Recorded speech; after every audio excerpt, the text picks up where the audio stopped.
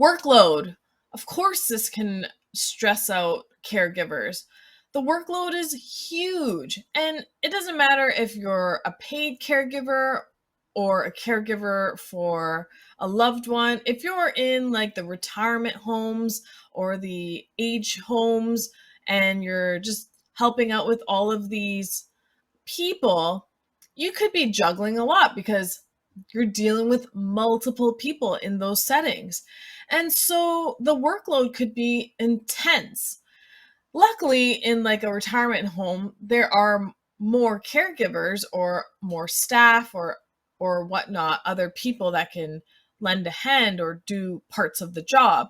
But ultimately, there are always going to be demands of you that are outside of your scope. And the workload could be crazy because one day maybe it's a nice quiet day, you're just taking it easy, nothing's gone on, and then the next day could be completely hectic and totally different. So the workload needs to be balanced, and that really does cause a lot of stress because there's so much required of a caregiver. There's so many demands of them, and so it's really hard to juggle them. Also, people who are a caregiver to their loved one or a child may also find that the workload is just super intense. And maybe this person is also juggling a job and their own family and their own life. And so they're not doing this as a career, they're doing this to help someone or take care of someone or not put them in a home and be able to provide that support. And so the workload intensifies because not only do you need to meet the demands of your own life and what's required there, but you're meeting the demands, of course, of an individual who's relying on you to get help and to support them.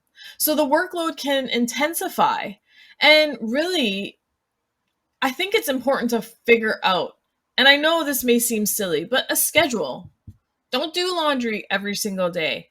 Everybody does laundry on this day or these couple days, or you do their laundry this day and then yours on another day. Or maybe start delegating.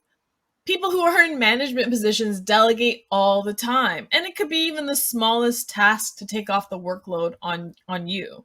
So delegate. It's probably the best. I mean, you don't need to do it like at a job setting, but just get some help around with the people that are around you. And if you don't have anyone around you and you're doing this solo, find some external resources, perhaps some respite or a personal support worker, or even a cleaning service, or anything that you can just use and have available there to help free up some of your workload.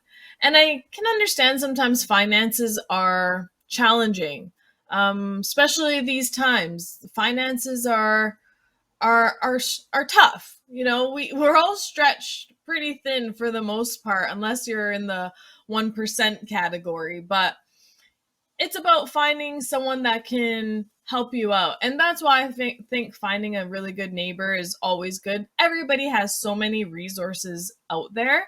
Maybe just asking the right question to the right person could give you a good connection. So really think about that, because perhaps maybe it's a $60 house clean that you do once every week or once every 2 weeks. But when we change our mind about things, when we can focus our mind on what we need, the resources, strangely enough, are going to be available. So it really is a mental thing that we have to condition to find solutions to the problems. And sometimes when we're in stress, we can't see the solution. It's not that evident. So maybe your workload is stressing you out so much that you just don't know what you can do or what's available to you or even what options are available. And so this is where it's time to work with somebody or talk with someone, get some support for your own self so you are able to break that stressful loop and create a new loop where these resources are available. You do adapt a lesser workload. You do find some help externally. You do find the finances somehow. And it all comes into play when you really break that whole stressful loop that's keeping you stuck, that's making you feel like you're unable to do anything, that you're just completely handcuffed to your situation. Conflicting policies and procedures. Of course, this could be extremely stressful and cause burnout. Maybe one person thinks you have to do it another way, and then another person another way, or maybe new management comes in and they just throw the whole book out and start over. Or maybe you're taking care of a loved one and things keep constantly changing and you're just trying to keep up. It does cause a lot of stress because there's nothing maintained. And of course, yeah, sometimes growth, the growing pains of things when things change. Sometimes we need to be more adaptable and accepting, and change is uncomfortable for people.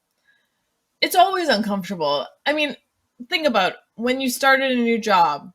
What were your feelings? Of course, excitement, but it could also be nervousness. And just so you know, excitement and nervousness feels the same. Your body has the same reaction to both excitement and nervousness. So maybe it was true excitement, but don't you have this dialogue going in your head like, oh man, am I going to like people? Are people going to like me? What's the environment really like? Am I going to do really well in this job? So we've all been there where something was so new to us that we were so uncomfortable dealing with or doing. And yet, the more you do it, the more confident, the more comfortable, because the mind learns by repetition. So the more you repeat, it's just like a musical instrument or anything that you've done that's been new. Think about when you're a baby and you had to learn how to walk. The more you learned how to walk, the more you walked. And so you grew up learning. And that doesn't stop when we're adults. Maybe we just don't remember it the same way, but it doesn't stop. So, really identifying that if there are conflicts with procedures or policies, identify them. Talk to a superior or talk to whomever that needs to address these and really get down to the nitty gritty of it and find out what works for you. And of course, not everybody's approachable, but you have to find your way to make it work for you so you can sustain yourself in the best way as a caregiver. Lack of privacy. Of course, this is stressful. Who doesn't like privacy? I know I do. I crave privacy. I think that privacy is required to feel like you can just be yourself, do yourself, and think and have that freedom. Privacy is freedom. But in a caregiver role, of course, things get pretty raw, pretty unprivate, especially if you have your loved one living with you. You do have to create that degree of separation. And so maybe you need to create a schedule of what time you need to schedule in your private time and really make this an effort. And I know this sounds ridiculous, but when you don't have any of this in your life and you're craving it and you need it, then you need to just force it into your life. So then it becomes a part of your life. So creating that degree of separation, maybe not having all your conversations in front of them, like really take privacy pretty seriously. It is your own life anyway. So you decide, is it necessary or not? But I know for my own self, I'm a very private individual. I like to keep things, on a DL and really just do my thing and be left alone. And when I want to come out of my privacy behind the curtain thing, I do. But for the most part, everybody needs a level of privacy. And so it's really important to respect that on their level as well as on your level as well. And so you're dealing, of course, as a caregiver with a lot of private things, private information, private situations, private challenges, lots of private things going on, private estates, financial situations. A lot of it's very private. Maybe you need to seek some third party help, some external resources, maybe somebody that's not involved, like a therapist, to just really lay down the law and let that out of your system.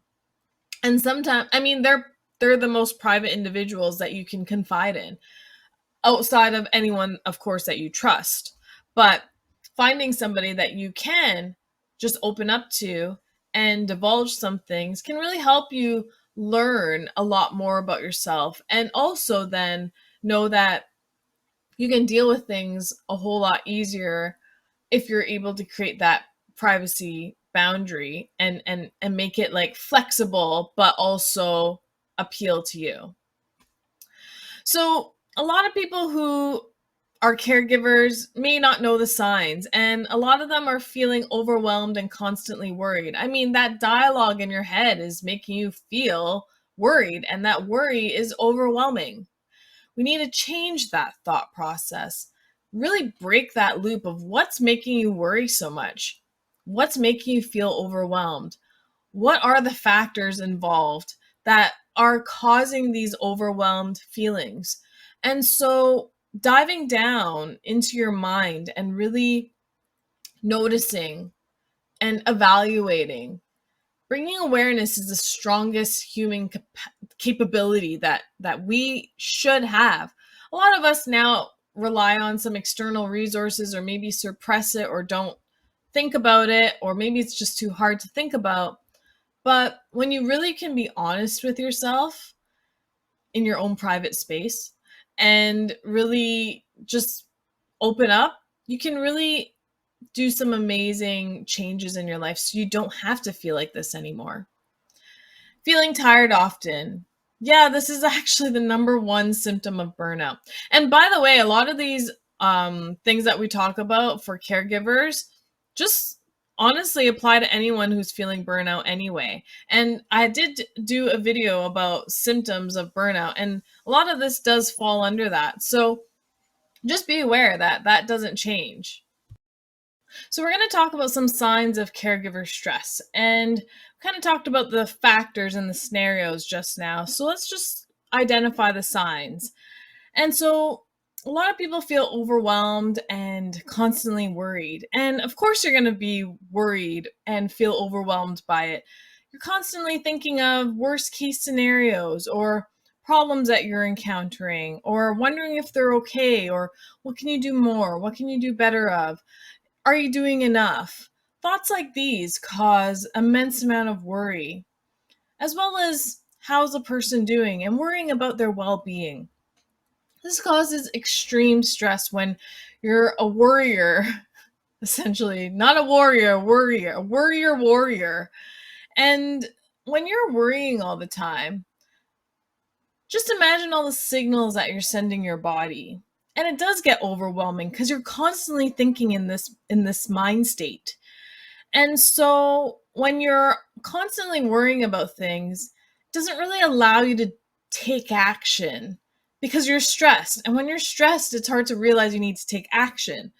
So being in a constant state of worry really drains you mentally, takes away from you emotionally, and really gives you that physical strain of fatigue.